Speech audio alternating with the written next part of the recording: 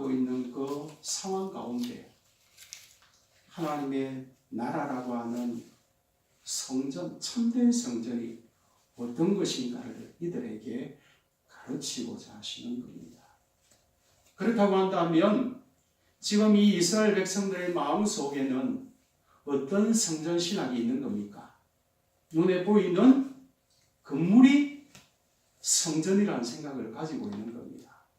그래서 하나님은 그것을 고쳐주시고자 말씀하고 계시는 내용입니다.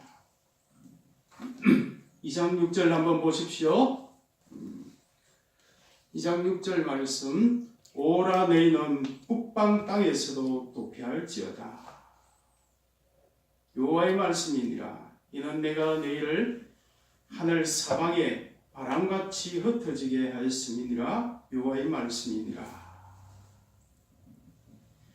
이스라엘 백성들의 모든 삶은 하나님의 주권 가운데 있기 때문에 그들이 복을 받고 그들이 저주를 받는 그 모든 것이 하나님의 손안에 있는 겁니다. 그것이 언약 백성의 정체성입니다. 바벨론 성에 거주하는 시온아, 이제 너는 피할지어다.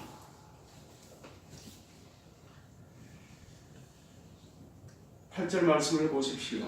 만군의 여호와께서 이같이 말씀하시되 영광을 위하여 나를 너희를 노력한 여러 나라로 보내셨나니 너희를 범하는 자는 그의 눈동자를 범하는 것이라. 2장 9절 말씀 우리 다 같이 한 절 읽겠습니다. 시작. 내가 손을 그들 위에 움직인즉 그들이 자기를 섬기던 자들에게 노략거리가 되리라 하셨나니 너희가 만군의 여호와께서 나를 보내신 줄 알리라. 예. 내가 손을 그들 위에 움직인즉 하나님의 그 심판의 손이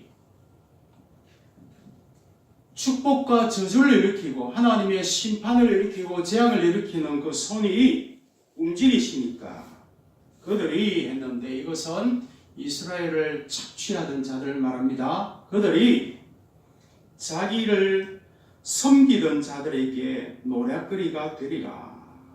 자기를 섬기던 시온 백성에게 이제는 그들이 오히려 노략거리가 되게 할 것이다. 너희가 만군의 여호와께서 그러함으로 나를 보내신 줄 알리라. 이 말씀의 내용을 보면 어떤 말씀이 기억이 납니까? 하나님께서 애굽에 종살이하는 자기 백성을 포로에서 이끌어 나올 때, 모세를 보낼 때 그 하나님의 말씀의 모티프를 그대로 가지고 있습니다. 그 모든 10가지 재앙을 일으키고 하나님께서 그들을 향하여서 일으키시는 그 역사를 통하여서 너희가 만군의 여호와를 알게 되리라. 구원의 모티프를 그대로 가져오면서 오늘 이스라엘에게 말씀하고 있는 내용을 볼 수가 있습니다. 그러면서 이제는 여호와의 말씀에 시온에 따라 노래하고 기뻐하라. 이는 내가 와서 너 가운데 머물 것임이라.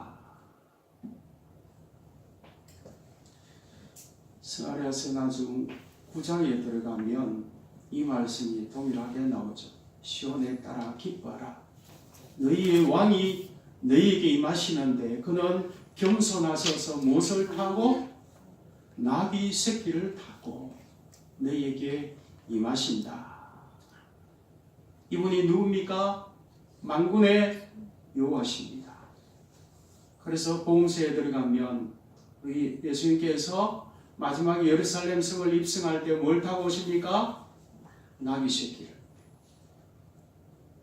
스가랴에서 말씀하시는 이 약속의 말씀의 성취로 우리 예수님께서 임하시는 것을 보여주시는 그러한 말씀입니다.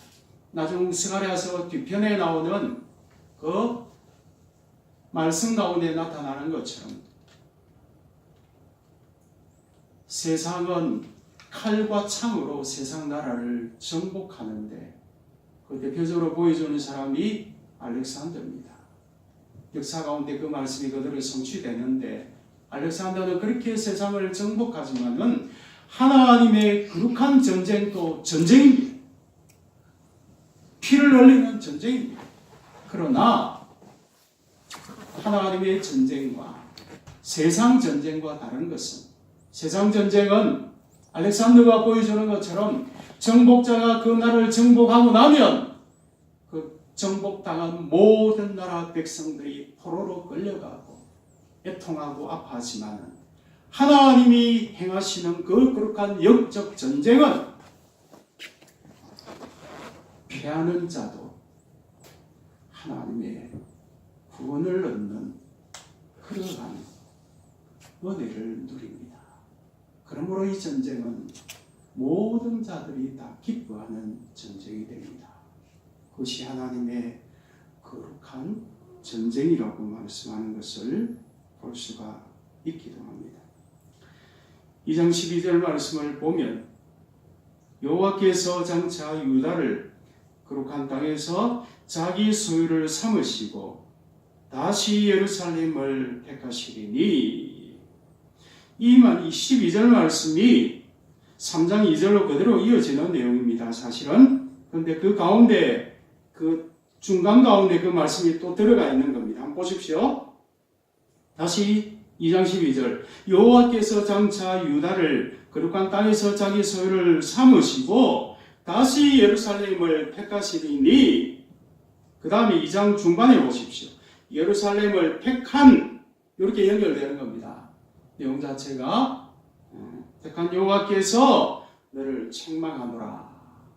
내용 자체는 그렇게 이어지는 내용인데, 그렇게 말씀하시면서 모든 육체가 여호와 앞에서 잠잠할 것은, 또 반복되는 단어가 나왔죠.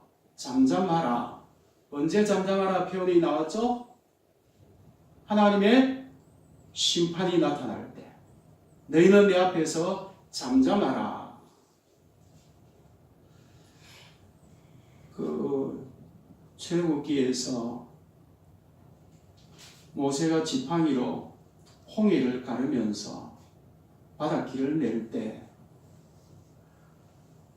앞에는 바다고 뒤에는 애굽의 군사들이 쳐들어올 때 모세가 원망하는 이스라엘 백성들을 향하여서 뭐라고 말을 합니까? 너희는 가만히 있어. 내가 여호와 됨을 알지어다. 너희는 가만히 있어. 잠잠하라는 겁니다. 똑같은 말씀입니다. 잠잠하라. 하나님의 심판이 나타날 때 말씀하시는 하나님의 표현입니다.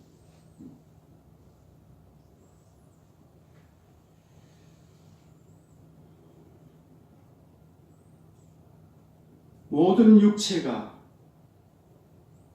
여호와 앞에서 잠잠할 것은 여호와께서 그의 거룩한 처소에서 일어난다.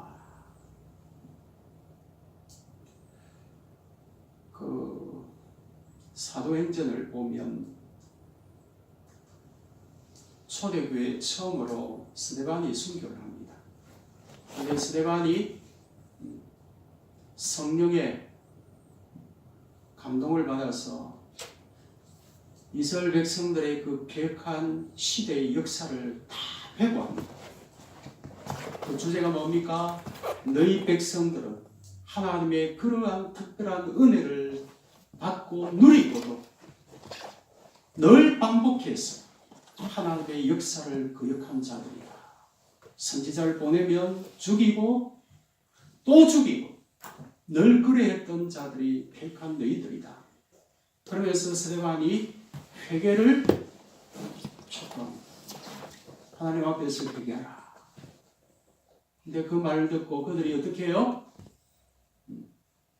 마음에 찔려서 이빨을 갈면서 스데반을 돌을 던져 죽입니다.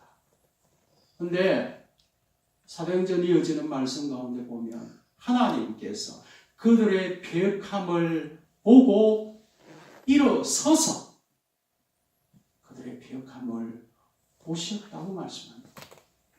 하나님의 그 분노의 그 모습을 기록하기를 하나님이 그냥 그 패역한 모습을 보는 것이 아니라 일어서서 그들의 패역함을 보고 계신다.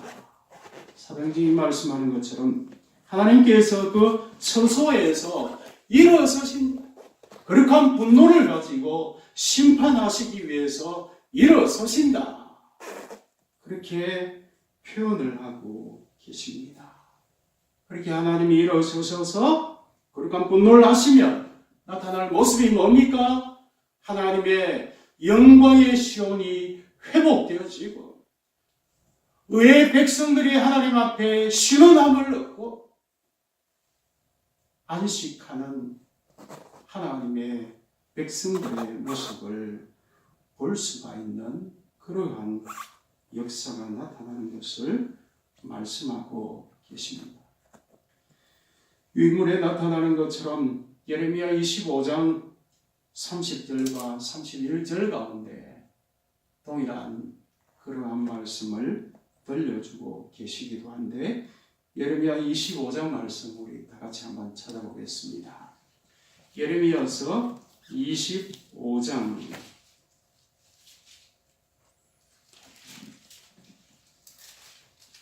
30절과 31절 두 절 말씀 우리 함께 한번 찾아보겠습니다.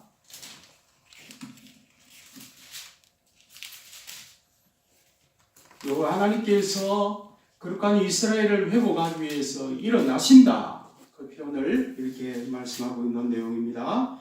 같이 봉독하겠습니다. 그러므로 너는 그들에게 이 모든 말로 예언하여 이르기를 여호와께서 높은 데서 보호하시고 그의 거룩한 처소에서 소리를 내시며 그의 초장을 향하여 크게 부르시고 세상 모든 주민에 대하여 포도 밟는 자같이 험겹게 노래하시리라.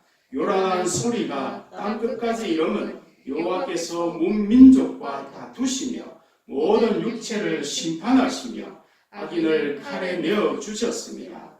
여호와의 말씀입니다. 하나님께서 의의 심판이 있으시면 그러한 모습이 나타나게 될 것을 우리 하나님께서 말씀하고 계시는 내용입니다. 스가랴서가 몇 장까지 있다고 그랬습니까? 14장까지.